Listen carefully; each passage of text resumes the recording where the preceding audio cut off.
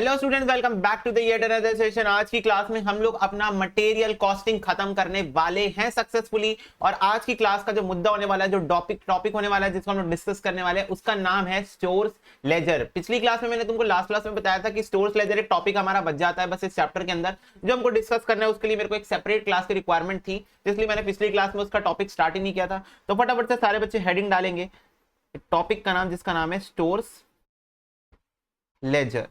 Yes, तो बिना किसी देरी के स्टोर्स लेजर टॉपिक हम स्टार्ट कर रहे हैं। तो इसके ऊपर मैं तुम लोगों को कुछ पहले बता दूं बेसिक्स। तो बेसिक्स ये है बेटा कि स्टोर्स लेजर का मतलब होता है एक ledger account. Ledger account being a commerce student, being a professional student, हमको ऑलरेडी पता है क्या होता है लेजर का मतलब। बट स्टोर्स क्या होता है? स्टोर्स डिपार्टमेंट होता है ऑर्गेनाइजेशन के अंदर जहां पर मटेरियल स्टोर किया जाता है, रॉ मटेरियल को स्टोर किया जाता है। तुम बोलोगे भैया फिनिश गुड्स को कहां स्टोर किया जाता है? बेटा फिनिश गुड्स के लिए होता है warehouse. Warehouse is a different thing, store is a different thing.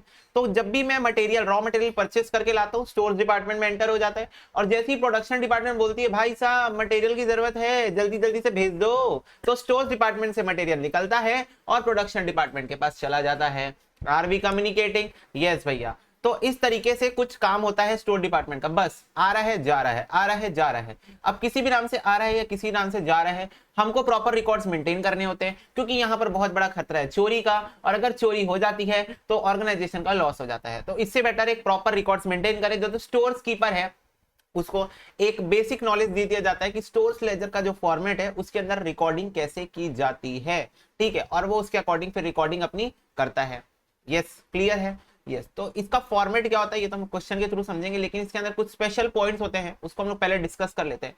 तो सिंपली मेरे को एक बात बताओ, हम परचेज कर रहे हैं तो परचेज रिटर्न भी होगा, होगा कि नहीं होगा? यस, कुछ कुछ मटेरियल, रॉ मटेरियल डिफेक्टिव आएगा और वो डिफेक्टिव मटेरियल जो है वो हम लोग को रिटर्न करना पड़ेगा। तो परचेज के साथ में होता है परचेज रिटर्न। तो परचेज के साथ परचेज रिटर्न चिपक के आता है। तो पहला पॉइंट लिखो यहां पर फटाफट से, recording of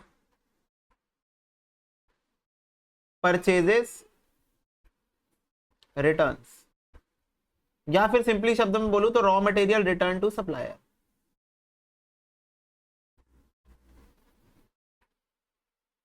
raw material return to supplier. अब यहां पर पॉइंट ऑफ व्यू बनेंगे बेटा। यस भैया, पॉइंट ऑफ व्यू बनेंगे। हाँ जी, क्या पॉइंट ऑफ व्यू बनेगा कि किस रेट में वापस करेंगे, रेट ऑफ रिटर्न। तो इफ क्वेश्चन प्रोवाइड्स द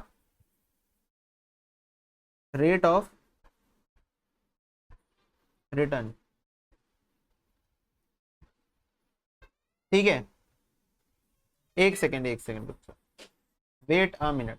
इसमें कोई पॉइंट ऑफ व्यू हमको नहीं बनाना पड़ेगा। Question is definitely going to provide you the rate of return. Yes, तो यहां पर लिखता हूं मैं, question is going to provide you information regarding rate of return oblique date of purchase, accordingly we will charge the item। तो stores laser के अंदर हम जब इसको चार्ज कर रहे होंगे तो सिंपल शब्दों में क्वेश्चन आपको खुद ही बता देगा कि इतने रुपए पर यूनिट के हिसाब से आप वापस कर दो। ऑब्वियसली वो इसलिए बता रहा है क्योंकि वो बता रहा है कि इतने में परचेस किए थे तो इतने में ही वापस जाएगा। कोई भी आइटम आप 20 रुपए में परचेस कर रहे हो तो उसको रिटर्न आप 20 रुपए में ही करोगे ना, 22-25 रुपए में थोड़ी करोगे। यस, तो जितने में परचेस करते हैं उतने में ही वापस होता है। दूसरी बात ये कि क्वेश्चन आपको या तो डेट बता देगा कि भाई इस तारीख को मैं परचेस किया था, तो फटाफट से अपने स्टोर्स लेजर में जाओगे और उस तारीख को आपने कितने रुपए में परचेस किया था वो रेट आप निकाल लोगे और उसी रेट से आप वापस कर दोगे सामान को। आ रही क्या बात समझ में? यस भैया, तो ये तुम्हारा तरीका होगा अगर परचेज रिटर्न हो रहा है तो। अब सोचो प्रोडक्शन डिपार्टमेंट को जा रहा है रॉ मटेरियल, जा रहा है कि नहीं जा रहा है? प्रोडक्शन डिपार्टमेंट के पास रॉ मटेरियल बिल्कुल जा रहा है। तो जैसे जा रहा है वैसे वापस भी तो आ सकता है। प्रोडक्शन डिपार्टमेंट बोल रही भैया आपने ज्यादा मटेरियल भेज दिया, हमको अब जरूरत नहीं है तो हम वापस कर रहे हैं, ले जाओ ले जाओ। क्या है, प्रोडक्शन डिपार्टमेंट में रॉ मटेरियल की स्टोरेज की फैसिलिटी नहीं होती ना, वहां जाएगा, यूज होगा, फिनिश गुड बन जाएगा। तो रॉ मटेरियल अगर बच जा रहा है तो उसको किसी प्रॉपर कंडीशन में रखना होता है और वो स्टोर डिपार्टमेंट में होती है वो कंडीशन। ठीक है, तो इसलिए वो स्टोर डिपार्टमेंट को रिटर्न कर देंगे, बोलेंगे आप ही अपने पास रखो भैया। तो second condition, return from stores, returns from production to stores.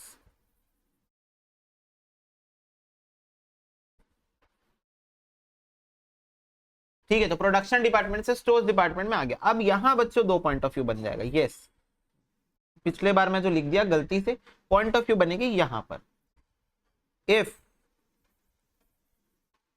Question provides you the date of issue, if question does not provide you the date of issue, पहले लिख लेते हैं।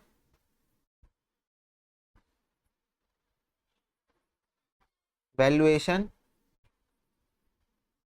should be done on the rate of such issue,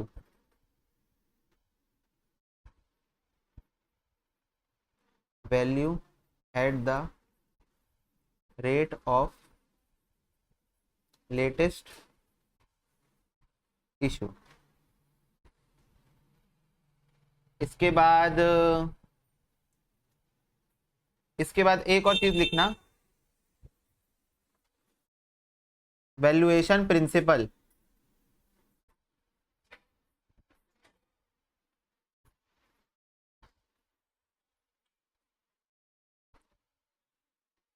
FIFO LIFO, FIFO में write up the balance at the top of the balance column। यहां लिखो write up the balance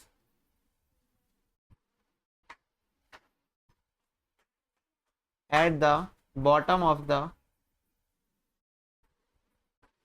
balance column. Yes, चलो जी, इसको नोट डाउन करो फटाक से, फिर बताता हूं ये मैं क्या बातें कर रहा था। Then I will tell you what I am saying.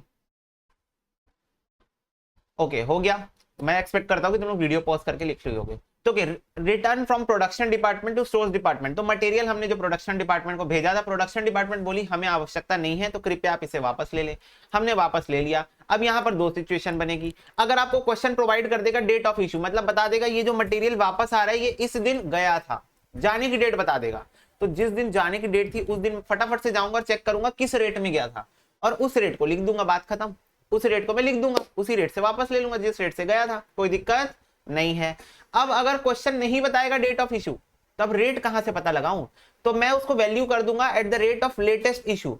तो मतलब जो भी मेरा रेट था लेटेस्ट इशू का, मतलब जो लेटेस्ट इशू मेरा गया था उसी रेट में, क्योंकि क्या एज्यूम करूंगा, सोचो मेरी बात, कॉमन सेंस लगाना ना। जो तुम्हारा मटेरियल पहले गया, पहले गया, क्या वो यूज होके उसका प्रोडक्शन भी हो चुका होगा, फिनिश गुड भी बन चुका होगा, बिक भी गया होगा अभी तक मार्केट में, क्या पता, है ना। तो कॉमन सेंस लगाओ, मटेरियल प्रोडक्शन डिपार्टमेंट से वापस आ रहा है तो लेटेस्ट इशू गया होगा, उसी का एक पोर्शन यूज हो गया और एक पोर्शन बच गया तो वापस आ रहा है। ये डिफेक्टिव थोड़ी वापस आ रहा है, ये तो वो पोर्शन वापस आ रहा है जो यूज नहीं हो पाया। आ रही बात समझ में? ये वो पोर्शन वापस आ रहा है जो यूज नहीं हो पाया, तो इसीलिए हम लोग उसको लेटेस्ट इशू के अकॉर्डिंग क्या कर देते हैं, वैल्यू कर देते हैं। Are we clear with this? Yes, ठीक है। तो ये हमारा वैल्यूएशन।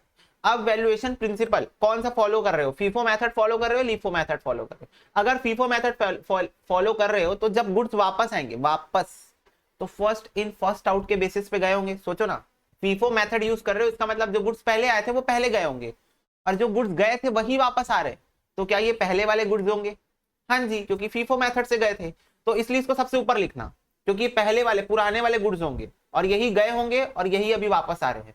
अगर लीफो मेथड की बात कर रहे हो तो लीफो मेथड मतलब कि जो सबसे आखिरी में आए सबसे पहले गए होंगे, और जो गुड्स गए थे अब वो वापस आ रहे हैं। सिंपल, जो गुड्स गए थे वापस आ रहे हैं। तो अब लीफो मेथड से गए थे तो लीफो मेथड के अकॉर्डिंग अगर वापस आ रहे तो पक्का से ये वो लास्ट वाले गुड्स होंगे और अब ये वापस आ रहे हैं। ये लास्ट वाले गुड्स इशू होके गए होंगे और अब ये वापस आ रहे हैं, तो इसको लास्ट में ही लिखेंगे अपन, ठीक है। तो बैलेंस कॉलम में आपको इसको टॉप में लिखना है और उसको बॉटम में लिखना है। Are we clear with this? Yes बच्चों, तो इसको लिख लो फटाक से। नेक्स्ट पॉइंट के ऊपर बात करते हैं।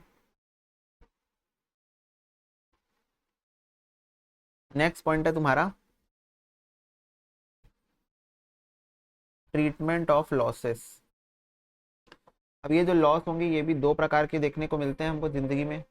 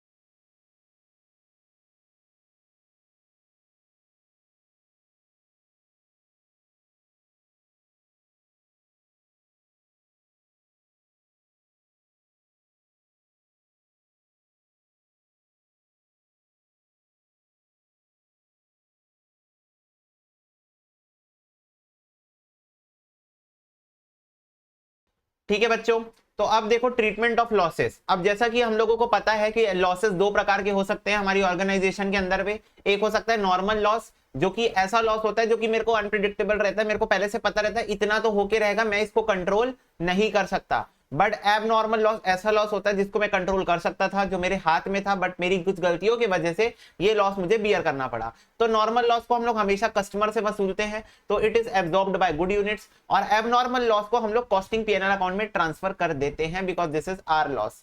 ठीक है, तो इसकी ट्रीटमेंट कैसे होती है स्टोर्स लेजर के अंदर?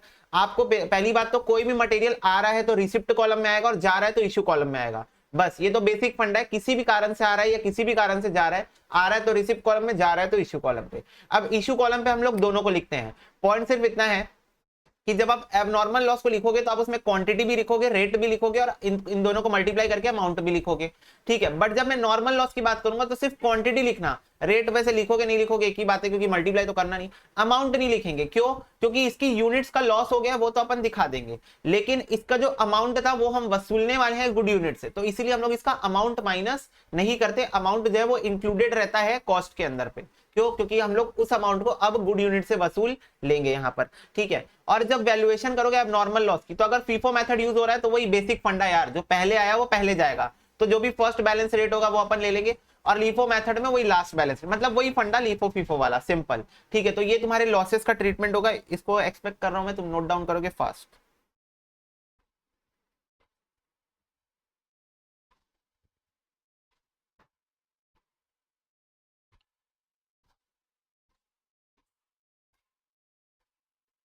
क्लियर है जी? हाँ जी भैया, नेक्स्ट पॉइंट लिखो चलो, नेक्स्ट पॉइंट लिखो चलो, fourth number point, transfer from one department to another oblique one job to another.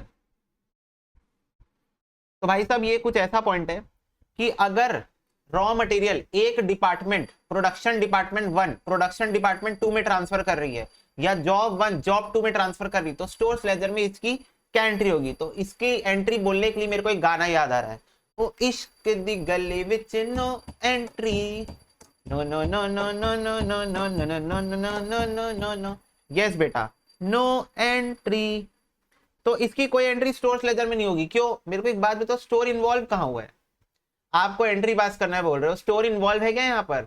एक डिपार्टमेंट दूसरे डिपार्टमेंट को भेज रहा है, एक जॉब दूसरे जॉब को भेज रहा है, हो सकता है कुछ दिक्कत हो गई हो, इमरजेंसी रॉ मटेरियल की जरूरत आ गई हो, और स्टोर डिपार्टमेंट है यहाँ से 10 किलोमीटर और प्रोडक्शन डिपार्टमेंट बाजू में है वॉकिंग डिस्टेंस पे 500 मीटर की दूरी पे, तो उस डिपार्टमेंट के पास रॉ मटेरियल था, तो हमने फटाफट से कॉल करके बोल दिया भैया हमको ट्रांसफर कर दो, हम अपने डिपार्टमेंटल अकाउंटिंग वाला जो डिपार्टमेंटल अकाउंटिंग पढ़ते हो ना उसमें एंट्री पास कर ली कि हमने आपसे रॉ मटेरियल लिया। तो स्टोर तो इन्वॉल्व ही नहीं है, तो एंट्री का की, और वैसे ही जॉब 1 जॉब 2 का केस है। तो ये चीज आप ध्यान में रखना। ठीक है बच्चों, तो मेरे हिसाब से इतने ही पॉइंटर्स थे जो कि महत्वपूर्ण थे, यहाँ पर इंपॉर्टेंट बन रहे थे, तो वो मैंने तुम लोग को करा दिए हैं। और बाकी स्टोर्स लेजर का फॉर्मेट बनाते हुए हम लोग पहला क्वेश्चन करने के लिए रेडी हैं। यस, पहले इसको लिख लो, एक काम करो, बच्चे बोल रहे भैया लिखवा तो दो, लिखवा तो दो।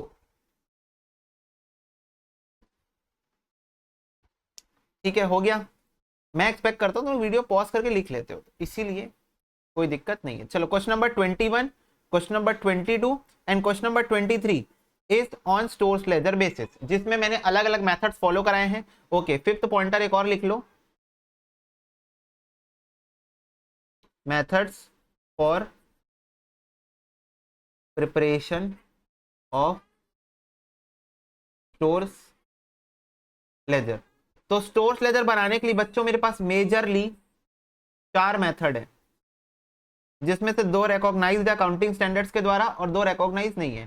पहला है फीफो मेथड, दूसरा है लीफो मेथड, तीसरा है सिंपल एवरेज मेथड,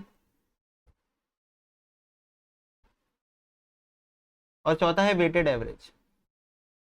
सबसे इजी तो वेटेड एवरेज ही है, सभी इजी है वैसे समझोगे तो फीफो मेथड का मतलब होता है फर्स्ट इन फर्स्ट आउट, जो पहले आया वो पहले जाएगा। लीफो मेथड का मतलब होता है लास्ट इन फर्स्ट आउट, जो लास्ट में आया वो लास्ट में पहले जाएगा। सिंपल एवरेज का मतलब होता है कि जितने भी रेट्स इन्वॉल्व है, मतलब आपके गोडाउन में जितने भी गुड्स पड़े हैं उसके जो भी रेट्स है उसका एवरेज निकाल लो। ठीक है, और वेटेड एवरेज का मतलब होता है total cost upon total units which is in the godown, उसका जो रेट आएगा वो आपका रेट होता है। तो ये 4 मेथड है, चारों मेथड के ऊपर मैं क्वेश्चंस कराऊंगा, तो तुम टेंशन मत लो, चारों मेथड के ऊपर एक एक क्वेश्चन हम करने जा रहे हैं। ठीक है, तो question number 21 is based on FIFO as well as LIFO. CMA intermediate का क्वेश्चन है ये। आई थिंक किसी एग्जाम में आया है 2016 सिलेबस में, याद नहीं आ रहा है मेरे को, पर एग्जाम वाला क्वेश्चन है ये। ठीक है, देख लो भाई, 15 मार्क्स का आया था, चलो 10 मार्क्स का आया था, सॉरी। बोल रहा है following is the summary of receipt and issue of material in a factory for May 2013। Prepare करो stores ledger, only the quantity and rate column of the receipt and issue are required according to first in first out method and last in first out method. अब देखो यहाँ पर सिर्फ quantity और rate column बोला है, लेकिन हम क्या करेंगे, हम पूरा बना के देखते हैं। यहाँ पर एग्जाम में देखो हमको पूरा सीखना है, एग्जाम में आधा बनाने बोलेगा हम आधा बना देंगे, पर सीखना तो पूरा है। ठीक है, compute the inventory turnover ratio under both 1 or 2, which method should be more favorable situation for the purpose of this ratio, do not include shortage value in the production cost। ये क्या कोई बताने वाली बात थी? चलो पॉइंट नंबर सी तो मैं बाद में एक्सप्लेन करूंगा, पहले अपन लीफो या फीफो मेथड से वैल्यूएशन कर लेते हैं। ओके यस, तो चलो देखो डेट देके रखा है मई 2013 और ट्रांजेक्शन आपको इस प्रकार से है। 1 तारीख को क्या हुआ, ओपनिंग बैलेंस 500 यूनिट 25 रुपए के हिसाब से। तो क्या पहले फॉर्मेट बना ले? हाँ भैया, हमें भी यही लग रहा था, नहीं पता आप फॉर्मेट क्यों नहीं बना रहे थे। बेटा मैं तुम्हारा ही वेट कर रहा था, कब बच्चे बोलेंगे भैया फॉर्मेट, और मैं फॉर्मेट रगड़ दूंगा। डेट कॉलम सबसे इंपॉर्टेंट। ठीक है, डेट कॉलम, अब 3 अलग अलग कॉलम्स बनेंगे यहाँ पर। ये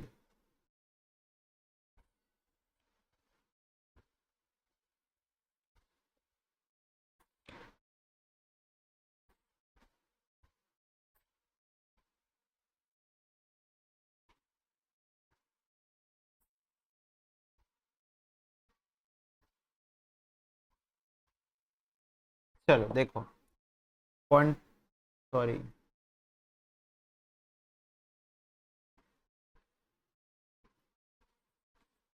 डेट, रिसीव्ड, इशू एंड तुम्हारा balance. Let me do one more thing.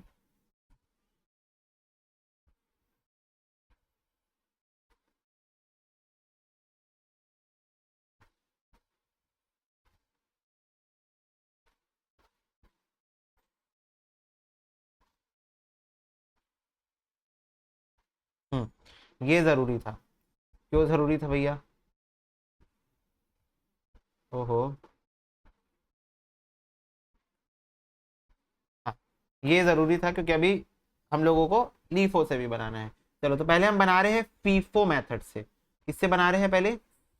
FIFO से, FIFO, फीफो मेथड से हम पहले बनाने वाले। चलो बच्चों ट्रांजेक्शन देखो। पहला ट्रांजेक्शन मई 2013 1 तारीख को, ओपनिंग बैलेंस 500 यूनिट 25 रुपए के हिसाब से। मई 2013 1 तारीख को ओपनिंग बैलेंस 500, अच्छा मैं लिखा ही नहीं यहाँ पर, quantity rate amount, quantity rate amount, quantity rate amount, ये should write full forms. Okay, तो 500 यूनिट 25 रुपए के हिसाब से, तो 500 इंटू 25 ये हो जाएगा 12,500। ये हो गया तुम्हारा ओपनिंग बैलेंस। बाकी सब में आप डैश डैश डाल सकते हैं। नेक्स्ट है 3 तारीख को इशू हुआ 70 यूनिट। 3 तारीख को 70 यूनिट इशू हुआ, तो क्वांटिटी इशू कॉलम में लिखो क्वांटिटी में 70 यूनिट। रेट क्या होगा? फर्स्ट इन फर्स्ट आउट, तो अभी तो एक ही रेट है 25, तो उसमें तो कोई बात ही नहीं है। तो 70 इंटू 25 ये हो जाएगा 1750। कितना बच गया? 500 माइनस 70 करो तो बैलेंस कॉलम में आ जाएगा 430 यूनिट 25 रुपए के भाव से, तो 10,750 आ गया। फिर उसके बाद 4 तारीख को फिर इशू हुआ 100 यूनिट। 4 तारीख को 100 यूनिट 25 रुपए के भाव से 2500, तो ये बच गया 330 यूनिट्स। 330 इंटू 25 अगर मैं करूं तो ये हो जाएगा 8250। 8250 ये हो गया बैलेंस। हर बार बैलेंस निकालना है, जितने बार रिसिप्ट हो, इशू हो, कुछ भी हो, बैलेंस अपने को निकालना है। ठीक है, 8 तारीख को देखो फिर इशू हुआ 80 unit. Oh my God, 80 unit फिर से इशू हुआ, 25 रुपए के भाव से इशू होगा, तो ये हो जाएगा, क्योंकि अभी अभी मेरे पास एक ही रेट है ना, इन्वेंट्री में अभी मेरे पास सिर्फ एक ही रेट है, 25 का ही रेट है, तो क्या फर्स्ट इन क्या फर्स्ट आउट, सब सेम ही चल रहा है यहाँ पर। तो ये 330 माइनस 80 करोगे तो ये हो जाएगा 250 यूनिट बच गए 25 रुपए के भाव से। अगर हम लगाएंगे इसको तो ये हो जाएगा 6250 का बैलेंस, 6250 का बैलेंस। नेक्स्ट देखो, अब गेम चालू हो रहा है ना, ध्यान से। 13 तारीख को देखो क्या हो रहा है। 13 तारीख को रिसीव्ड हो रहा है 200 यूनिट 24.5 के भाव से। 13 तारीख को 200 यूनिट 24.5 के भाव से, तो 200 इंटू 24.5 होता है मेरा 4900। इशू कुछ भी नहीं है, तो अब बैलेंस लिखना है तो first in first out basis पे, तो जो भी पुराने स्टॉक है उसको ऊपर लिखना, क्योंकि वही पहले निकलेंगे। तो पुराना स्टॉक 250 इंटू 25 है, इसको ऊपर लिखूंगा और इसके नीचे लिखूंगा 200 यूनिट 24.5 के हिसाब से 4900, ऐसा, ताकि मेरे को पता रहे कौन सा पहले आया, कौन जो पहले आया वो ऊपर लिखाएगा, जो बाद में है वो नीचे लिखाते जाएगा, चाहे वो लीफो मेथड हो चाहे फीफो, कोई भी मेथड हो। ठीक है, हाँ जी भैया। उसके बाद 14 तारीख को देखो रिटर्न टू स्टोर 15 यूनिट्स 24 रुपए पर यूनिट, तो स्टोर्स को वापस मिला 15 यूनिट्स 24 रुपए के भाव से। क्या क्वेश्चन खुद ही बता दिया रेट? हाँ, तो उसी रेट में हम वापस ले लेते हैं। तो इशू रिसिप्ट कॉलम में लिखेंगे 15 यूनिट 24 रुपए के भाव से, रिसिप्ट कॉलम में, क्योंकि मेरे को रिसीव हो रहा है। आ रही बात समझ में? रिसीव हो रहा है इसलिए रिसिप्ट कॉलम में। तो 14 तारीख को लिखो यहाँ पर 15 यूनिट्स 24 रुपए के भाव से, तो 15 यूनिट 24 रुपए के भाव से ये आ रहा है 360। अब जब बैलेंस कॉलम में हम लोग आएंगे तो अब यहां पर बच्चों को डाउट क्रिएट होगा, क्या कि भैया इसको कहां लिखना है, इसको ऊपर लिखना है कि नीचे लिखना है? तो सोचो, फीफो मेथड है, फीफो मेथड, और स्टोर से प्रोडक्शन डिपार्टमेंट से स्टोर डिपार्टमेंट में सामान वापस आ रहा है, तो जो पहले गया होगा वही वापस आ रहा है, पुराना माल वापस आ रहा है ना। तो फर्स्ट इन फर्स्ट आउट में ऊपर का सामान गया होगा, तो वापस भी तो ऊपर का ही सामान आ रहा है कि नीचे का सामान वापस आ जाएगा? नीचे का सामान तो अभी गया ही नहीं है, तो वापस कहां से आएगा? तो बैलेंस कॉलम में आपको इसको सबसे ऊपर लिखना है, 15 यूनिट्स 24 रुपए के भाव से 360, फिर लिखना है 250 यूनिट 25 रुपए के भाव से 6250, फिर लिखना है 200 यूनिट 24.5 के भाव से 4900। तो सबसे ऊपर आप लिखोगे इसको और फिर बाकी के दोनों बैलेंस, फिर बाकी के दोनों बैलेंस, तो ये तीनों हमारा अभी के लिए बैलेंस चल रहा है। आई बात समझ में? यही इंपॉर्टेंट पॉइंट था, यही इंपॉर्टेंट पॉइंट था, मैं नोट्स में लिखवाया भी ना तुम लोग को। ये देखो जब वापस आएगा, ये देखो जब वापस आएगा तो valuation should be done on the rate of such issue, या फिर value at the rate of, sorry ये तो return from production to stores department है।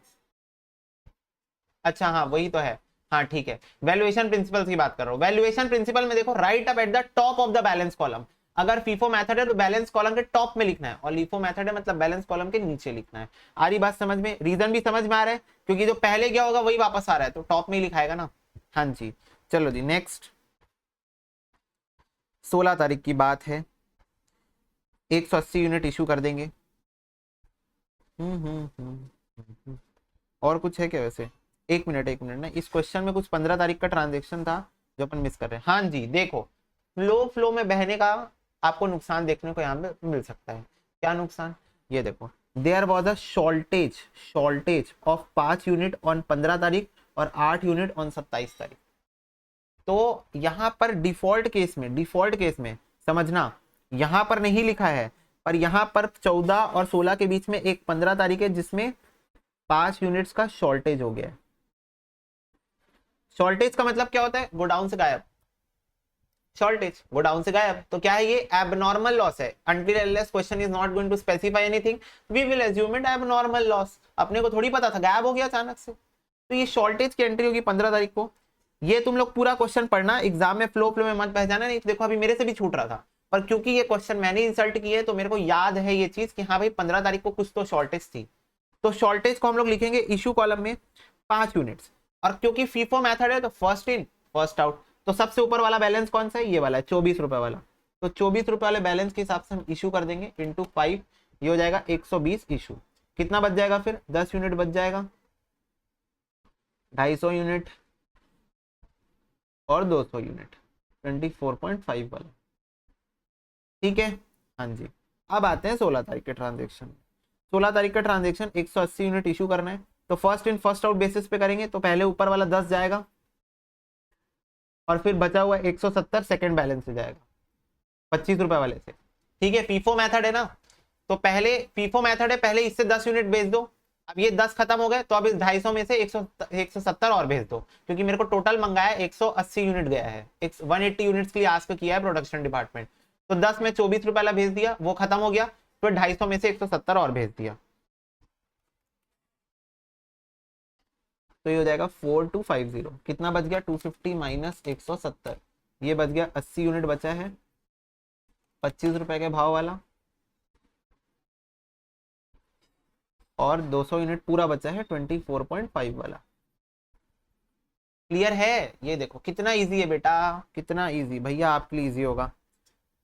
तो बेटा इसलिए तो रिवीजन करेंगे, रिवीजन। चलो, रिसिप्ट हुआ है 240 यूनिट 24.75। कितना तारीख था वैसे? 20 तारीख।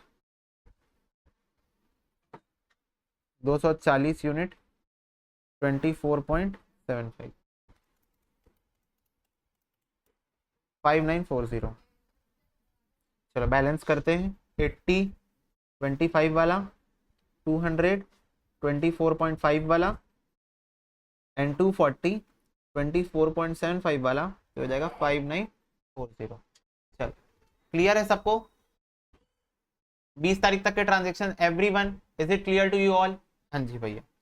चलो नेक्स्ट, 24 तारीख को फिर इशू कर दिए 304 यूनिट। 24 तारीख, अब 304 यूनिट इशू करना है, तो ये 80 पूरा जाएगा, ये 200 पूरा जाएगा, और 280 माइनस 304 24 यूनिट और जाएगा। तो ये सबसे पहले 80 जाएगा, 25 रुपए वाला पूरा चला गया। यहाँ इस बैलेंस कॉलम को देखते जाओ, इसको देखते जाओ। 80 यूनिट्स 25 वाला पूरा चला गया, फिर 200 में आया, 200 में 24.5 वाला पूरा चले गया। अब 24 और भेजना है, टोटल मेरे को 304 भेजना था, तो 80 प्लस 200 प्लस 24, ये हो गया 304 यूनिट। तो अब ये जो 24 यूनिट है वो 240 वाले में से जाएगा, यानी कि 24.75 वाले में से जाएगा। तो ये हो जाएगा 2000, 4900 और 24 इंटू 24.75, तो ये हो जाएगा 590। बैलेंस कर दो इसको, 240 माइनस 24, 216 यूनिट बच गए 24.75 वाले, तो ये हो जाएगा 5346। This is my balance. Clear है? क्लियर है? देखते जाओ बेटा, देखते जाओ, आराम आराम से, आराम आराम से बातें होंगी, फिर मुलाकातें होंगी। वाह वाह वाह वाह। 25 तारीख को 320 यूनिट 24.5, 320 यूनिट 24.5 के रेट से, तो 320 इंटू 24.5, तो ये हो जाएगा 7840। चलो बैलेंस करो, 216 यूनिट बचे हैं ऊपर के, और अभी आ गए 320 यूनिट और, अभी आ गए 320 यूनिट और, ये हो गई 25 तारीख की कहानी। 26 तारीख को फिर 112 यूनिट इशू हो रहा है। 112 यूनिट इशू करना है, पूरा 216 में से इशू हो जाएगा। तो 12 इंटू 24.75 2772 कितना बच जाएगा? 216 माइनस 112 होता है 104। 24.75 वाला बचा हुआ है 2574 और 320 यूनिट तो पूरा बचा हुआ है, पूरा का पूरा बचा हुआ है, पूरा का पूरा बचा हुआ है। क्लियर है? Yes. Next 27 return to store 12 unit और 27 को एक शॉर्टेज भी है, तो पहले रिटर्न की एंट्री मारते हैं फिर शॉर्टेज की एंट्री मारते हैं। ठीक है, 24.5 के रेट से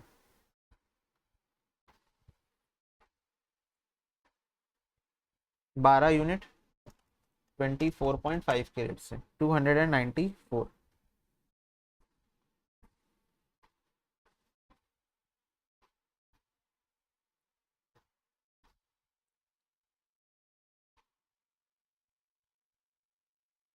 क्लियर? यस। अब इसी 27 तारीख को हम एक और एंट्री मारेंगे शॉर्टेज की। शॉर्टेज कितने यूनिट्स का हो गया है? 8 यूनिट्स का हो गया है। रेट क्या होगा? Rate FIFO method, first in first out, first in first out, by by 8 into 24.5 तो जाएगा 196। 4 इंटू 24.5, ओ माई गॉड। चल 4 इंटू 24.5 तो हो जाएगा 98। फिर 104 24.75, फिर 320 24.5। चलो क्लियर है बच्चों? यस। नोट करो इसको फटाफट से, नोट करते जाना साथ साथ में। 28 रिसीव फ्रॉम सप्लायर 100 यूनिट 25 रुपए वाला। 28 100 यूनिट 25 रुपए वाला 2500। 4 24.5 98 104 24.75 2574 320 24.5 7840 and finally 100 units 25 तो 2500। ये हो गया मेरा पूरा क्लोजिंग स्टॉक।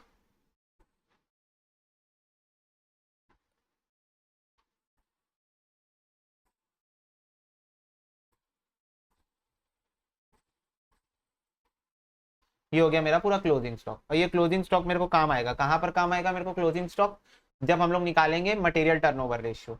तो ये बन गया मेरा पूरा stores ledger on the basis of FIFO method. FIFO method के बेसिस पे पूरा स्टोर्स लेजर बन गया। तुम लोग भी बनाओगे अपने कॉपी में इसको, अगर साथ साथ में नोट कर लियो बहुत अच्छी बात है, साथ साथ में नोट नहीं किया तो अभी के अभी बनाओ अपनी कॉपी में तुम लोग। ठीक है? हाँ जी। अब आते हैं लीफो मेथड में। अब किस में आ रहे हैं? लीफो में। तो इसको थोड़ा साइड रख देते हैं और सेम क्वेश्चन को let start solving with LIFO method. Last in first out. Okay भैया, मतलब जो आखिरी में आएगा वो पहले जाएगा। हाँ जी, जो आखिरी में आएगा पहले जाएगा। तो पहला ट्रांजेक्शन क्या था हमारा? चलो इसको थोड़ा सा साफ सफाई कर देते हैं यहाँ पर। ये देखो, 1 तारीख को ओपनिंग बैलेंस 500 यूनिट 25 रुपए के हिसाब से, मई 2013। 1 तारीख को 500 यूनिट 25 रुपए के हिसाब से 5 यूनिट 12,500 हो जाएगा। ठीक है? हाँ। 70 100 80 3 4 8।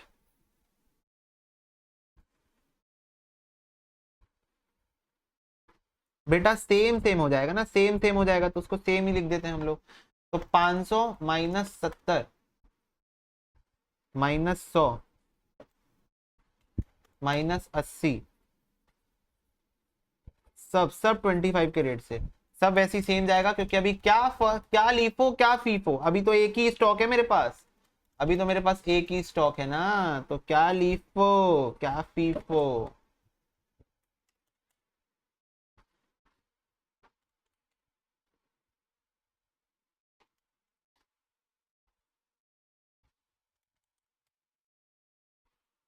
चलो इतना क्लियर होगा सबको? कोई दिक्कत है क्या बताओ? कोई दिक्कत है आपको? यहाँ तक के देखो, इससे सेम रहेगा। क्यों सेम रहेगा? क्योंकि अभी तक क्या लीफो क्या फीफो वाली बात थी। चलो अब यहां तक की कहानी जब हो गई, तो 13 तारीख को रिसीव हुआ 200 यूनिट 24.5 के हिसाब से।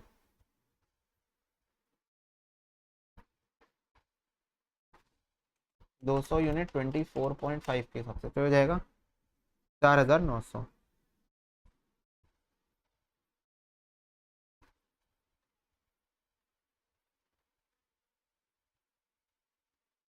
क्लियर? यस। 14 तारीख को रिटर्न टू स्टोर 15 यूनिट 24 रुपए के हिसाब से।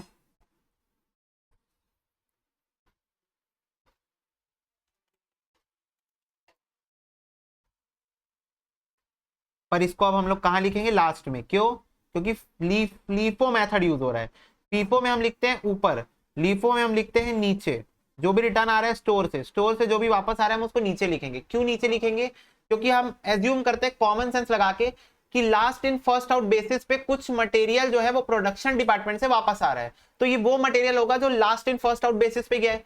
तो जो आखिरी में आया है वो पहले गया होगा, तो वही आखिरी वाला ही वापस आ रहा होगा, तो इसलिए हम इसको लास्ट में लिखते हैं। क्लियर है सबको? यस। लीफो बेसिस पे लास्ट में, फीफो बेसिस पे ऊपर में लिखते हैं।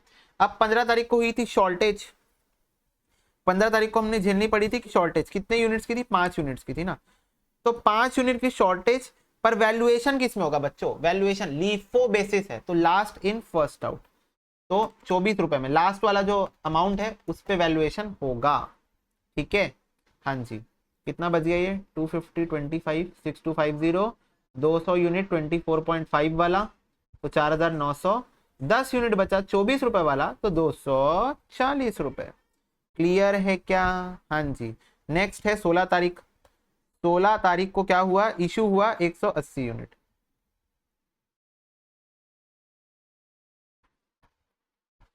अब 180 यूनिट इशू करना है। 10 यहां से जाएगा, 170 दूसरे वाले से जाएगा, 10 जाएगा 24। लास्ट इन फर्स्ट आउट नीचे से ऊपर डालना है।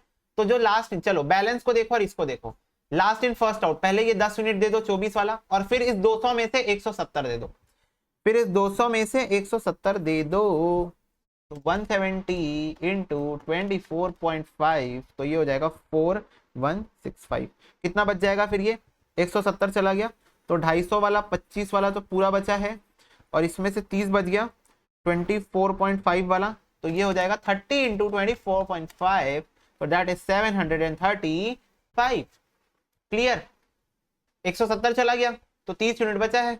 लास्ट इन फर्स्ट आउट बेटा, जो आखिरी में आया पहले जाएगा, आखिरी में आएगा पहले जाएगा। ठीक है? बस यही प्रिंसिपल लगाना है।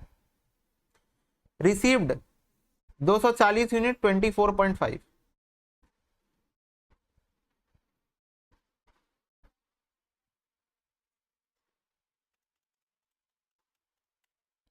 Five eight eight zero. ठीक है? 58, अच्छा 24.75 है। Oh I am so sorry.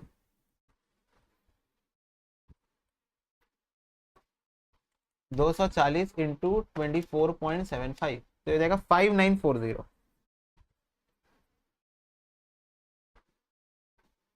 250 units 25 वाला, 30 यूनिट्स 24.5 वाला, एंड 240 यूनिट्स 24.75 वाला, 5940। क्लियर है जी बच्चों? क्लियर है जी बच्चों? तो 20 तारीख की कहानी तो पुरानी पुरानी हो। अब 304 यूनिट देखना है। 304 यूनिट देखना है क्या भैया? 304 यूनिट इशू ही कर दो, तारीख बता दो बस, 24 तारीख को इशू कर दो। तो 24 को हम आते हैं, 340 यूनिट इशू करना है। 304 तो 240 वाला पूरा चले जाएगा। ये देखो 240 वाला तो पूरा चले जाएगा। ठीक है? अब 304 माइनस 240, तो 64 और चाहिए, तो 30 यूनिट और चले जाएगा। 30 यूनिट और चला गया, तो अब 34 यूनिट 250 वाले में से जाएगा। देखो बैलेंस कॉलम को देखो और इसको देखो, 240 वाला पूरा चले गया, 30 वाला पूरा चले गया, और 250 वाले और 25 वाले में से भी 34 चला गया। तो इसका टोटल लगाएंगे तो हो जाएगा 5940 735, 34 इंटू 25 850। अब 250 में से अगर 34 यूनिट चले गए तो 216 यूनिट बच गए, ₹25 के हिसाब से इनका अमाउंट जो बन के आता है वो आता है 5400। ठीक है, बोलो क्लियर है कि नहीं है? अभी तक की कहानी क्लियर है कि नहीं बेटा? फीफो लीफो मजाक कर रहे हैं अभी हम लोग बैठ के। चलो 25 तारीख को देखो।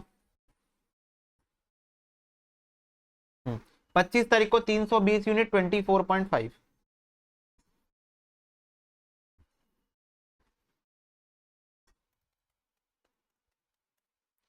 7840।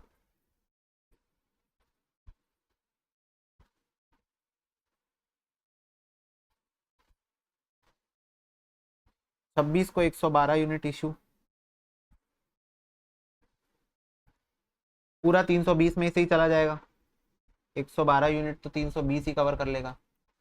24.5 2744।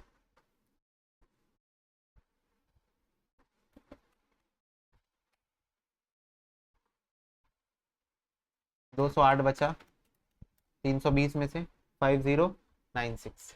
ठीक है, इशू था 112 यूनिट, पूरा 320 यूनिट से ही कवर हो गया। लास्ट इन फर्स्ट आउट नीचे से इशू करना है। ठीक है, बार बार बोलूंगा भैया, 1000 बार बोलूंगा।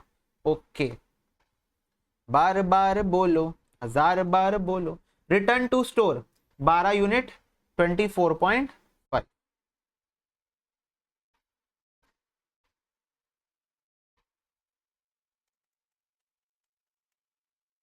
294।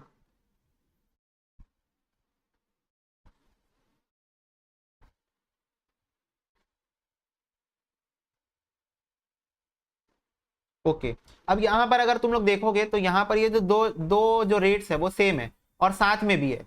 एक तो सेम है उल्टा साथ में भी है, तो चाहो तो मर्ज करके लिख सकते हो। हाँ, पर अगर दो रेट हो, जैसे मान लो 24.5 हो पर बीच में 25 हो, उसके बाद 24.5 हो, तब साथ में मत लिखना मर्ज करके। बट अगर दोनों एक दूसरे के ऊपर नीचे एकदम साथ में है, साथ में, तो आप उसको मर्ज करके लिख सकते हो। यानी कि यहाँ पर 208 + 12 करके आप 220 यूनिट 24.5 के हिसाब से लिख सकते थे। बट अगर ये कुछ ऐसा होता 24.5 25 24.5, तब आप नहीं लिख सकते थे। साथ में होंगे तभी मर्ज कर सकते हो, नहीं भी करोगे तो भी कोई दिक्कत नहीं, तुम्हारी मर्जी, तुम्हारा मन, तुम्हारी कॉपी, जैसे चाहो वैसे लिखो। अब इसके बाद 8 यूनिट्स का शॉर्टेज हुआ, एब नॉर्मल लॉस 28, नहीं 27 की कहानी है ये। 27 को 8 यूनिट्स का एब नॉर्मल लॉस हुआ, 8 यूनिट्स का। अब रेट क्या होगा बेटा? लीफो मेथड लग रहा है तो 24.5 होगा। 8 इंटू 24.5 तो ये हो जाएगा 196 का लॉस।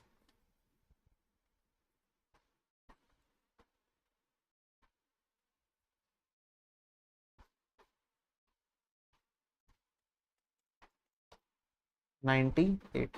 ठीक है, ये हो गया 27 तारीख को। 28 तारीख को रिसीव फ्रॉम सप्लायर 100 यूनिट ₹25 के भाव से।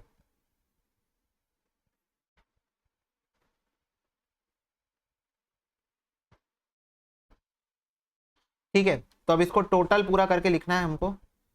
तो यहाँ मैं कैसे लिखूं इसको? चलो एकदम शॉर्ट में लिखता हूँ मैं।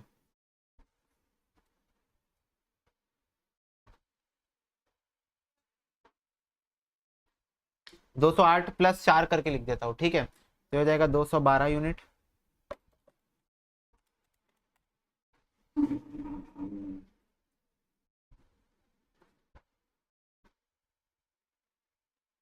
ठीक है, तो ये तुम्हारा हो गया closing stock. Material turnover ratio में काम आने वाला है। ठीक है, तो फटाफट से इसको नोट डाउन कर लो।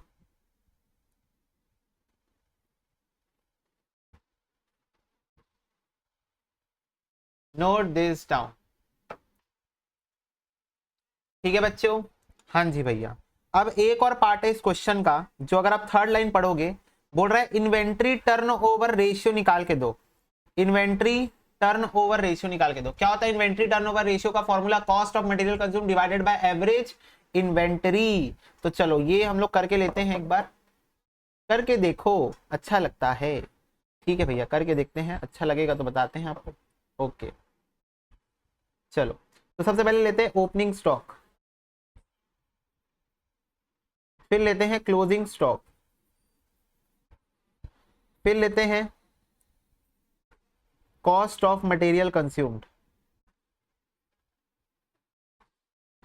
On the basis of FIFO method and LIFO method. ठीक है, तो ओपनिंग स्टॉक भाई यहां भी देखो 12,500 है, ये देखो ओपनिंग स्टॉक, और यहां पर भी 12,500 है, दोनों जगह 12,500, तो ओपनिंग स्टॉक तो same for both, 12,500 12,500। Closing stock obviously अलग अलग होगा दोनों में, तो क्लोजिंग स्टॉक का टोटल लगा लेते हैं 98 प्लस 2574 प्लस 7840 प्लस 2,500, तो क्लोजिंग स्टॉक है 13,012 रुपए, और इसमें क्लोजिंग स्टॉक कितना है 5,400 प्लस 5,194 प्लस 2,500, इसमें है 13,094 रुपए। ठीक है, कॉस्ट ऑफ मटेरियल कंज्यूम कैसे निकलेगा भाई, मटेरियल इशूड ही तो मटेरियल कंज्यूम होता है क्या, बोलो, मटेरियल इशूड होता है मटेरियल कंज्यूम, बट ऑब्वियसली इसमें हम लोग इंक्लूड नहीं करेंगे लॉस, क्योंकि लॉस कंज्यूम्ड नहीं होता, और दूसरा जो भी रिटर्न है उसको माइनस कर देंगे। ठीक है, मतलब परचेज माइनस परचेज रिटर्न करके अपन नेट परचेज लेते हैं ना, तो वैसे ही यहां पर जो मटेरियल इशू है माइनस मटेरियल रिटर्न करके नेट इशू लेंगे, नेट इशू, और कायदे से उसमें वो मत इंक्लूड करना लॉसेस। तो 1750 प्लस 2,500 प्लस 2,000, ये तो लॉस है, प्लस 240 प्लस 2250, सॉरी 2250 नहीं है 4250, गलत हो गया, 1750 plus 2,500 plus 2,000 plus 240 plus 4250 plus 2,000 plus 4,900 plus 594 plus 2,772 plus ये 8 तो लॉस है, बस इतना ही है। और रिटर्न्स कौन सा है भाई, रिटर्न ये 15 यूनिट है, तो माइनस करो 360, और नीचे 12 यूनिट है, माइनस कर दो 294, तो cost of raw material consume आ रहा है 20,352, 20,352। लीफो के केस में भी निकाल लेते हैं, 1750 प्लस 2,500 प्लस 2,000, ये पास तो लॉस है उसको मत लेना, plus 240 plus 4165 plus 5940 plus 735 plus 850 plus 2744 plus, या 8 को मत लेना लॉस है। ठीक है, अब इसमें माइनस कर दो रिटर्न्स, तो माइनस 360 15 यूनिट और माइनस 294 यूनिट्स, तो ये आ रहा है 20,270, ये आ गया cost of raw material consume. चलो भाई, रेशियो क्या है, material turnover ratio, material turnover ratio. ठीक है, तो cost of raw material consumed upon average inventory,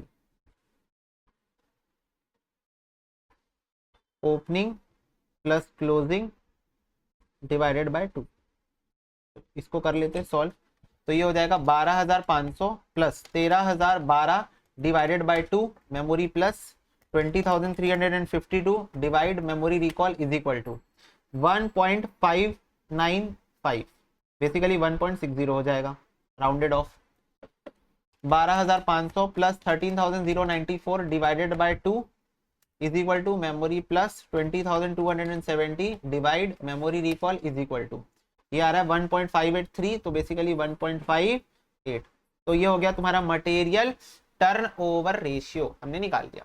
तो इसमें सीखने वाली बात क्या थी, ओपनिंग क्लोजिंग स्टॉक तो नोन है, कॉस्ट ऑफ मटेरियल कंज्यूम में हमको लिखना है इशूड माइनस रिटर्न, और लॉस को कंसिडर मत करना। ठीक है, तो यहां लिखो to calculate cost of material consumed we considered issue minus returns only, not including losses amount, not including नहीं लिखते यार, इम्प्रोफेशनल लग रहा है, एक्सक्लूडिंग लिखते हैं, एक्सक्लूडिंग लॉसेस अमाउंट। ठीक है, हाँ जी, तो लो जी इसको नोट डाउन कर लो।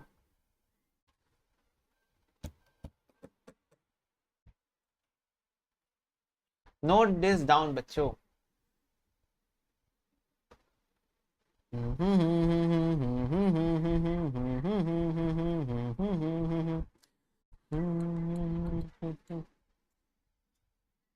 बेटा बहुत ज्यादा प्रैक्टिस की जरूरत होती है इस टाइप के चैप्टर्स में, इस टाइप के चीजों में, तो वो आपको जरूरी है करना। और ये क्योंकि फास्ट ट्रैक बैच है तो मैं नंबर ऑफ क्वेश्चंस एक एक रेस्ट्रिक्ट करके रखा हूँ, बट दैट्स द पॉइंट कि तुम लोग चीजों को रिवाइज कर रहे हो, ये सारी चीजें तुम पहले से पढ़े हुए हो, ठीक है। बट आई थिंक फिर भी बहुत ज्यादा हेल्पफुल चल रही होंगी चीजें। हो गया, क्वेश्चन नंबर 22 करे क्या? हाँ भैया, following were the receipt and issue of material jet during March 2015। March 1 को देके रखा है, मार्च 3, 4, 5 सब देके रखा है, ठीक है। ये सब तो हम पढ़ेंगे, लास्ट लाइन पढ़ लेते, कुछ तिगड़म तो नहीं है। बोल रहा है from the above right up stores ledger account on the basis of simple average method, ठीक है। तो ज्यादा कुछ दिक्कत नहीं है, मार्च 1 से लेकर मार्च 31 तक के ट्रांजेक्शन है हमारे पास, ये देखो यहां से यहां तक जो हमको करना है। तो स्टार्ट करें क्या? यस,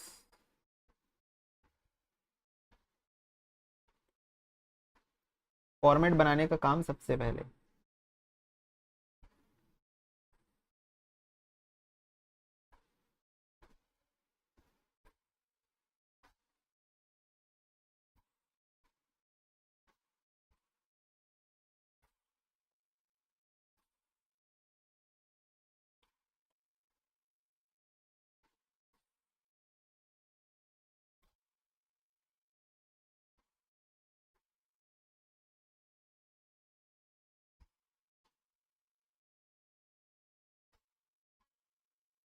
चलो, रिसीव्ड, इशू, बैलेंस,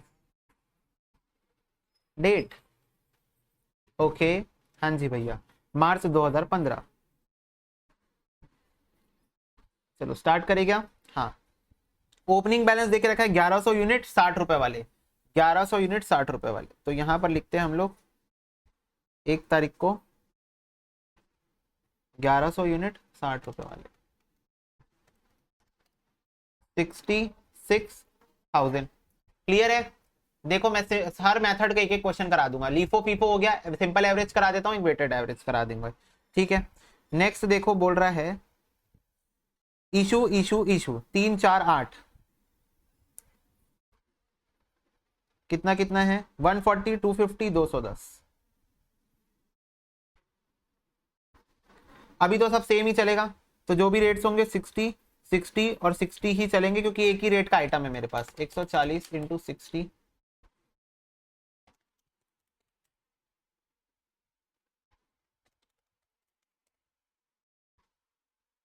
ठीक है, डन। हाँ जी, 1100 माइनस 140 करेंगे तो ये हो जाएगा 960, माइनस 250 करूंगा ये हो जाएगा 710, और माइनस 210 करूंगा तो ये हो जाएगा 500। 60 इंटू 960, 710,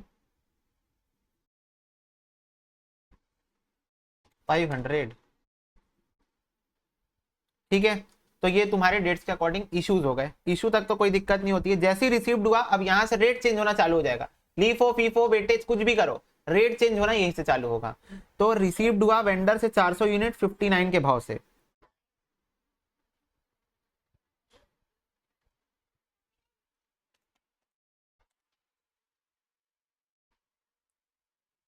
ठीक है। तो अब अपने पास टोटल कितने यूनिट्स हो गए हैं? अब हमारे पास टोटल हो गए हैं 900 यूनिट्स हो चुके हैं, और इसका जो रेट चल रहा है वो 30,000 प्लस 23,600 चल रहा है, 53,600। सिंपल एवरेज मेथड में बैलेंस कॉलम में रेट हमको नहीं लिखना होता, क्योंकि रेट हम डिसाइड करते हैं बाद में, ठीक है। रेट हम डिसाइड करते हैं बाद में। रिफंड हो गया 30 यूनिट्स 58 वाला,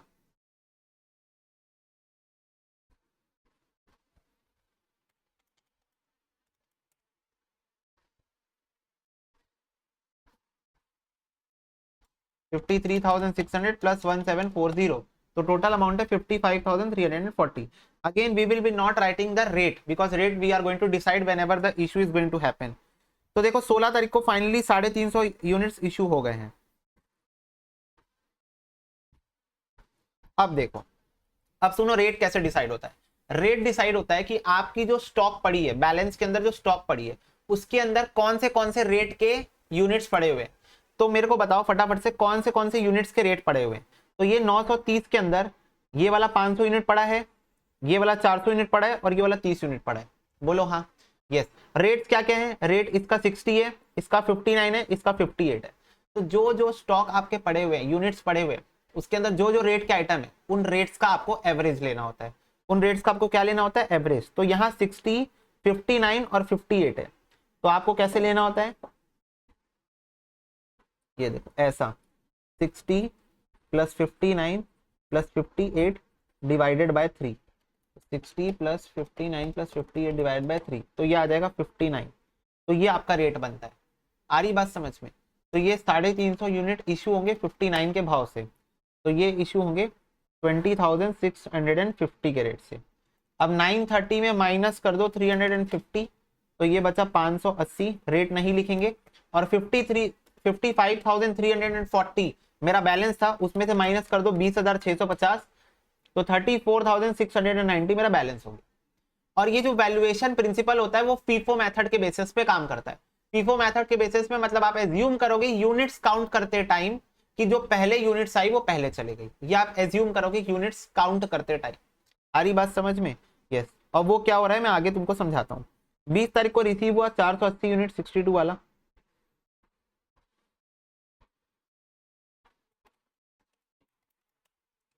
29,760, टोटल हो जाएगा 580 प्लस 480, 1060, 34,690 प्लस 29,760, तो 64,450, ये हो गया टोटल। ठीक है, यूनिट्स का टोटल, अमाउंट का टोटल। 24 को 608 यूनिट इश्यू हुए हैं। अब देखो, अब समझना मेरी बात। अब सोच के देखो, सोचो, दिमाग में जोर डालना, सोचना। पहले ये बताओ फीफो मेथड के बेसिस पे यहाँ पर 350 यूनिट जो इशू हुए हैं वो कहां से निकले होंगे? तो फीफो मेथड के बेसिस के अकॉर्डिंग सबसे पहले मेरे पास ये था फर्स्ट, फिर ये आया सेकंड, और फिर ये आया थर्ड। और यूनिट्स कितने इशू हुए? 350। तो ये 350 इशू कहां से इशू हो गए होंगे? वो 500 यूनिट के अंदर से इशू हो गए होंगे। क्यों ऐसा बोल रहा हूँ बेटा? 500 यूनिट सफिशिएंट है 350 यूनिट को इशू करने के लिए। वैल्यूएशन प्रिंसिपल जो रहेगा वो फीफो रहेगा, फर्स्ट इन फर्स्ट आउट, मतलब जो यूनिट्स पहले आए हैं वो यूनिट्स पहले चले गए हैं। तो 500 यूनिट सबसे पहले आया था, फिर 400 आया था, फिर 30 आया था। तो ये जो 350 यूनिट्स इशू हुए, रेट क्या है वो कैसे निकालना है वो तो मैं तुमको बता दिया, पर जो यूनिट्स गए, यूनिट्स वो जो सबसे पहले आए थे वो गए होंगे। वैल्यूएशन प्रिंसिपल ये है। तो अभी मेरे स्टॉक में जो 1060 पड़ा है, अब देखो, अब जो मेरे स्टॉक में 1060 पड़ा है, इसके अंदर का कंपोजिशन क्या है? इसके अंदर का कंपोजिशन है 500 में से 350 यूनिट चले गए, तो कितने यूनिट बच गए? 150 यूनिट बच गए। कौन से वाले? 60 रुपए वाले। ये देखो मैं ऐसे दिखा रहा हूं ना यहाँ, 150 यूनिट बच गए हैं 60 रुपए वाले। इसके अलावा 400 यूनिट है 59 वाले, इसके अलावा 30 यूनिट है 58 वाला, और इसके अलावा 480 यूनिट जो अभी अभी आया वो है 62 वाला। टोटल लगा के देख लो 1060 आएगा। 150 प्लस 400 प्लस 30 प्लस 480, टोटल लगा के देख लो तुम्हारा 1060 आएगा। Are we clear with this? Yes. तो अब बताओ इस स्टॉक के अंदर ये जो 608 यूनिट इशू होने वाले हैं, इस टाइम पे गोडाउन के अंदर कितने कितने रेट्स के आइटम थे? एक था 60 वाला आइटम था, एक था मेरा 59 वाला आइटम, एक था मेरा 58 वाला आइटम, और एक था मेरा 62 वाला आइटम। तो इन टोटल 4 अलग अलग रेट के आइटम्स हैं। तो इन चारों का सिंपल एवरेज निकलेगा, इन चारों का सिंपल एवरेज निकलेगा। तो चलो 60, 59, 58, 62,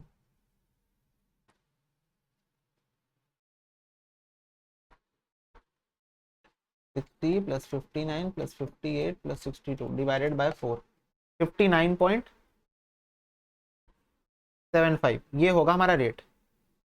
इंटू 608 करेंगे तो यार है 36,328। कितना यूनिट बच गया? 1060 माइनस 608, तो ये बचा मेरा 452 यूनिट्स। और अमाउंट कितना हो जाएगा? 64,450 माइनस 36,328, 28,122 हो जाएगा मेरा अमाउंट। 24 तारीख की कहानी हो गई है। 25 को फिर रिसीव हुआ 640 यूनिट 60 रुपए वाला,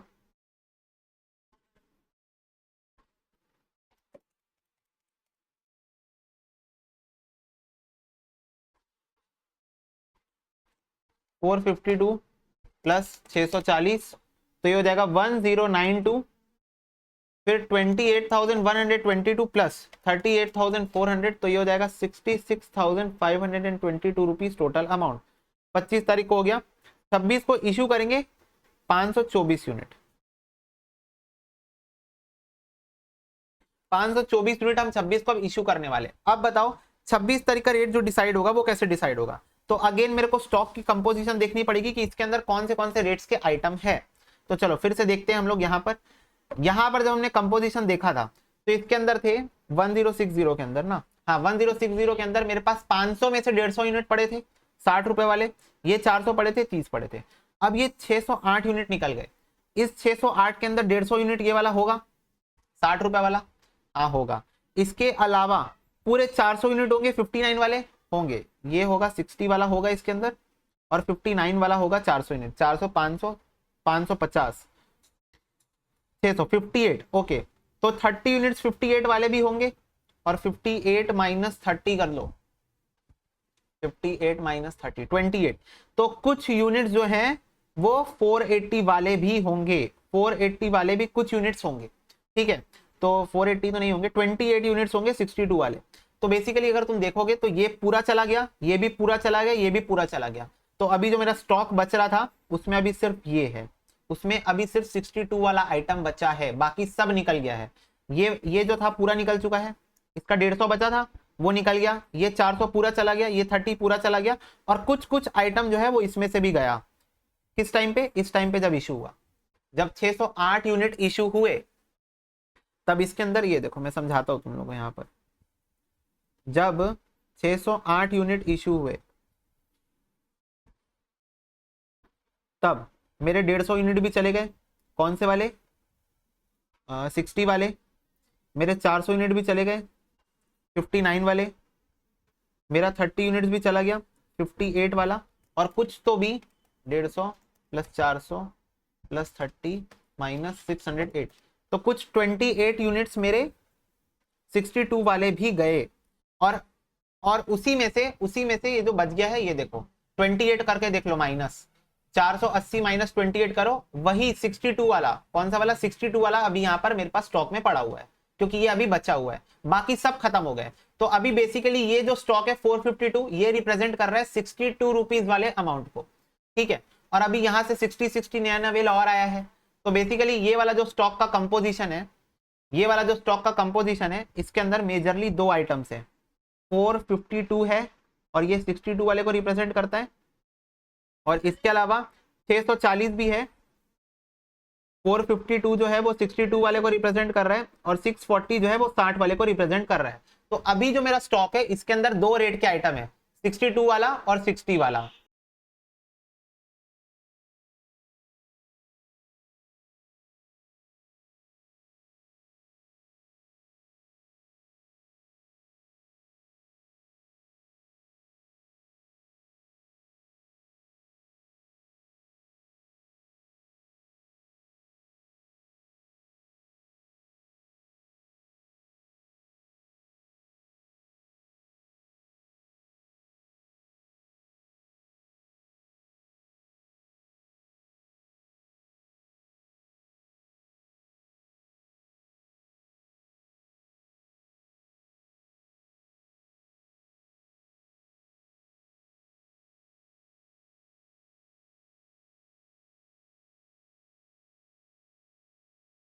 ठीक है जी बच्चों, यस भैया। लास्ट देखो 28, दो लास्ट बचे हैं, और 28 को क्या हुआ देखो, 24 यूनिट रिफंड हो गए जो 3 मार्च को इशू हुए थे। 3 मार्च को इशू हुए तो 3 मार्च का रेट पकड़ लेना। 3 मार्च का रेट था 60 रुपए, तो 24 वापस मंगा लो 60 रुपए के भाव से, तो ये आ जाएगा 1440। 568 प्लस 24 हो जाएगा 592। 34558 प्लस 1440 हो जाएगा 35998। लास्ट है 150 यूनिट 64 वाले रिसीव हुए।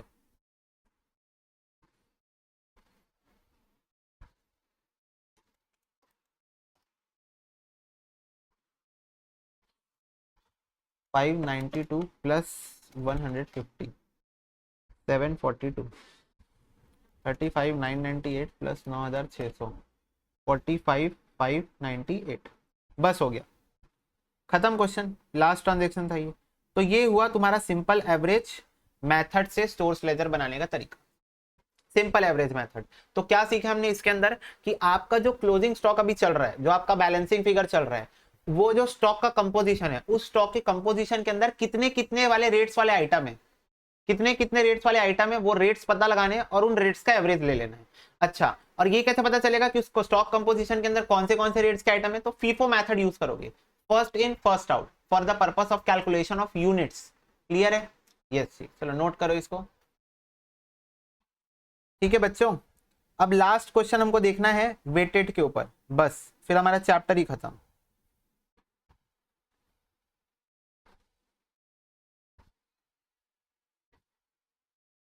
चलो, लास्ट मेथड हमको वेटेज के ऊपर देखना है, फॉर्मेट पहले बना लेते हैं।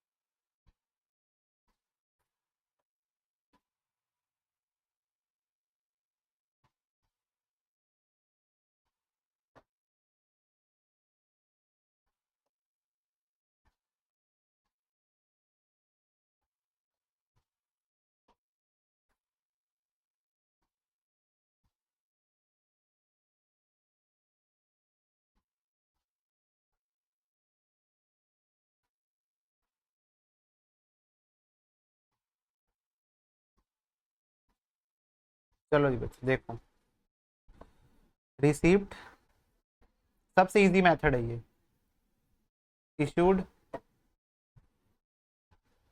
Balance, quantity rate amount, quantity rate amount, quantity rate amount, date.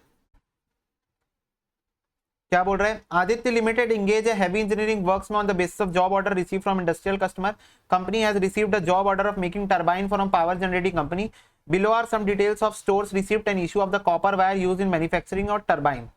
फरवरी 1, देखो इसके लास्ट में कुछ गेम तो नहीं है, वो देख लेते हैं बस। From the above information you are required to prepare stores ledger account using weighted average method. Okay, नहीं है तो लास्ट लाइन में कोई भी एक्स्ट्रा डिटेल्स हमको नहीं प्रोवाइड किया जो हमको बीच में इंसर्ट करना पड़े। ठीक है, तो एग्जाम में भी ऐसी गलती मत करना, देख लेना कि कहीं कोई ऐसी इंफॉर्मेशन तो नहीं प्रोवाइड किया जो बीच में इंसर्ट करनी पड़े, नहीं तो फिर पूरा चेंज आंसर बदल जाएगा। ओपनिंग स्टॉक 1200 किलो 475, 1 तारीख को 1200 किलो 475 के हिसाब से 1200 इंटू 475, तो ये हो जाएगा 5,70,000 रुपए। This is 5,70,000। This is the easiest method guys we are doing. 5 फरवरी को इशू हुआ 975 kilo to mechanical division vide material requisition number 913। ठीक है, तो 975 किलो इशू हुआ है फरवरी 5। रेट वही रहेगा क्योंकि अभी तक तो कोई बात ही नहीं हुई है, तो 975 इंटू 475, तो ये हो जाएगा 46,07,500 है। तो ये 1200 इंटू 475 मैंने कुछ गलत निकाला है क्या?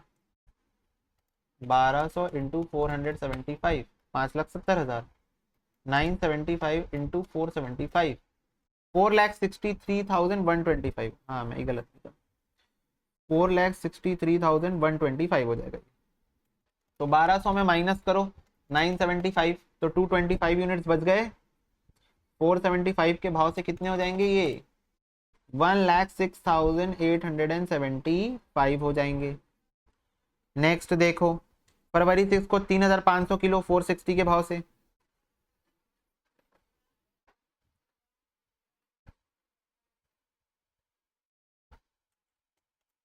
$3,500 इंटू 460, 16,10,000। ठीक है, अब देखो वेटेड एवरेज में बैलेंस का गेम क्या होता है? बैलेंस का गेम ये होता है अमाउंट का टोटल लगाओ, यूनिट्स का टोटल लगाओ। भैया एवरेज के जैसे करते हैं क्या? हाँ हाँ, एवरेज के जैसे करो, अमाउंट का भी टोटल लगाओ 106,875 प्लस 16,10,000 रुपए। तो 17,60,875। अब रेट कैसे निकलेगा, सुनना मेरी बात को ध्यान से। रेट आपको निकालना है वेटेड एवरेज, तो total of amount divided by total of units करो, मतलब इसको इससे डिवाइड कर दो। क्या कर दो, डिवाइडेड बाय 3725। अब जो आ रहा है आपके सामने 460.91, ये आपका वेटेड के केस में रेट आता है 460.91। ऐसे करते हैं वेटेड मेथड, देखो ध्यान से देख लो ध्यान से, ऐसे किया जाता है। Next issue 2400 kilo electrical division को, 7 तारीख को 2400 किलो। रेट क्या होगा, यही वाला जो अभी अभी निकाले ना, वही रेट होगा 460.91 इंटू 2400 किलो, तो ये हो जाएगा 2400 इंटू 460.91,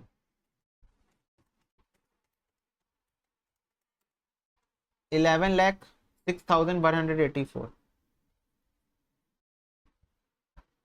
ठीक है, ये हो जाएगा, कितना बच जाएगा, 3725 माइनस 2400, 1325, और अमाउंट हो जाएगा 17,60,875 माइनस 11,06,184, ये हो जाएगा 6,10,691। रेट तो सेम ही रहेगा क्योंकि अभी कुछ चेंजेस आए नहीं, अभी कुछ ऑल्टरेशन आया नहीं है। Return to store 475 kilo electrical division, requisition number था 1213, तो रिटर्न हो गया स्टोर को, रिक्विजिशन नंबर था 1213, तो ये देखो 1213 नंबर वाला रिक्विजिशन से रिटर्न आया है, मतलब जो 1213 नंबर के रिक्विजिशन से इशू हुआ था उसी स्लॉट में से 475 किलो वापस आ गया, तो जो उस स्लॉट का रेट था वही रेट हम यहां पर लगा देंगे।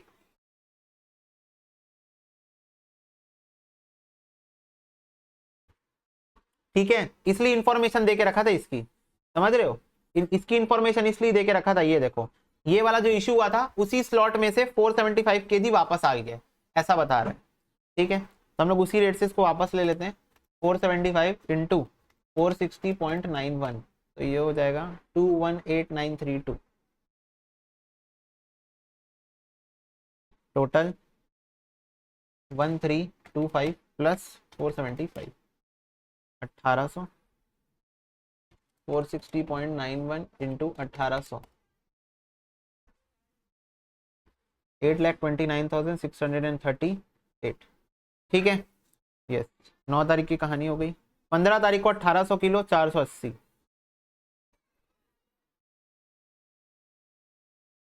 1800 इंटू 480, तो 8,64,000।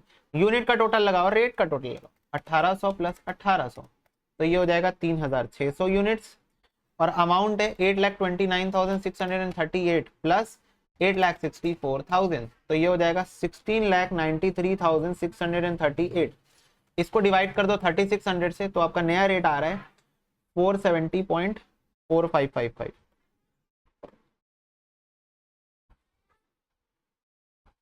470.45। क्लियर है, बोलो जी, 470.45। हाँ जी भैया। 17 तारीख को return to supplier 140 kilo quantity, जो कि हमने परचेज किया था 161 2013 में, 161 2013 ये रहा, ये देखो ये रहा, ये परचेज किए थे, और यही उसी परचेज का एक स्लॉट 140 किलो का स्लॉट हम वापस कर रहे हैं, तो इसी रेट से वापस कर देना, सेम रेट से वापस होता है ना सप्लायर को, तो सप्लायर को सेम रेट से वापस कर देना, वापस। ठीक है, तो 17 तारीख की कहानी लिखेंगे हम, एक कहानी है जो सबको सुनानी है, इनकी भूख भी तो मैंने ही मिटानी है।